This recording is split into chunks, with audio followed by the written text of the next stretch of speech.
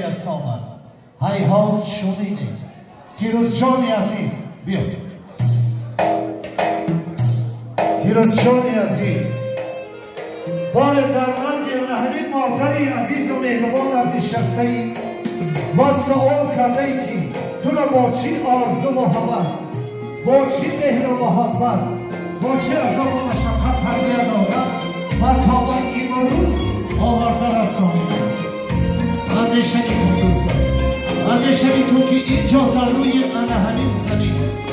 و در کف انهمین زمین بزرگ سلطانی غم چشم و چراغم مادر تنها گلی گلزاری باغم مادر بعد از خدا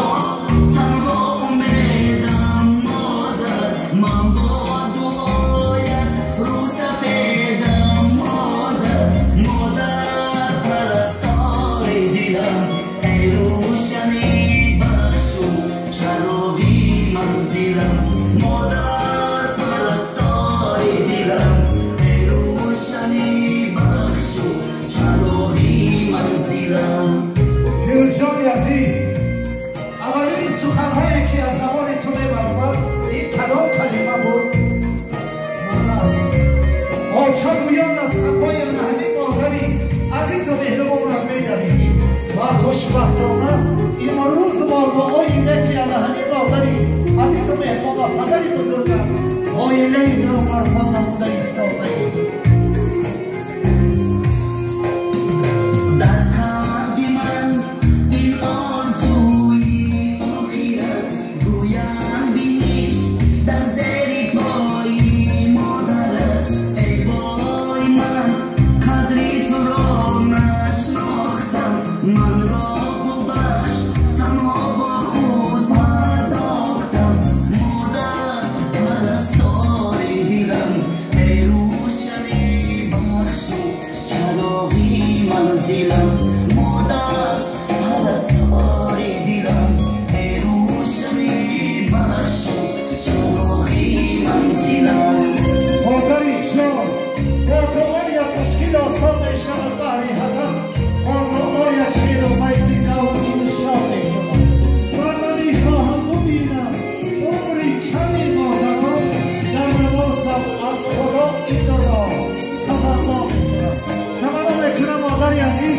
پروردگارم عمری درازی مبارکت را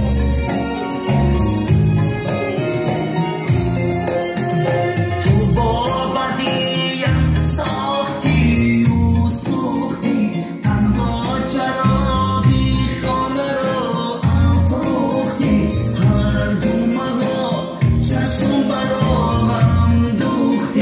ای وای مادر تو برایم سوختی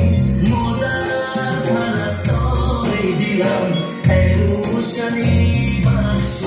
چراغی منزلم مادر پرستار دیدم ای روشنی بخش و چراغی منزلم.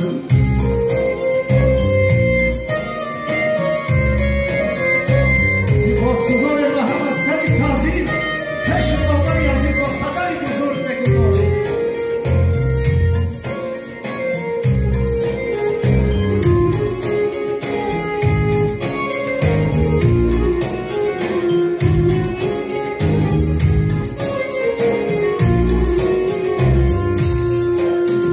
مادر توی دار و ندارم مادر بعد از تو من دیگر چی دارم مادر دلگیریت